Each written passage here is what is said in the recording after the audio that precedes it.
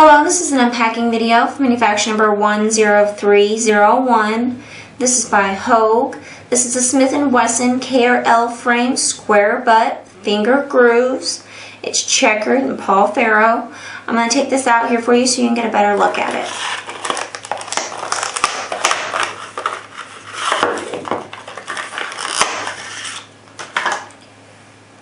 This would be a part of your mounting hardware. It's your stirrup and screw.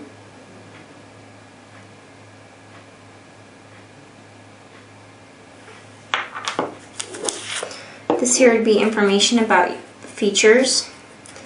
You open it up and it gives you your assembly instructions. And on the back it gives you information on the product and how to maintain and care for it.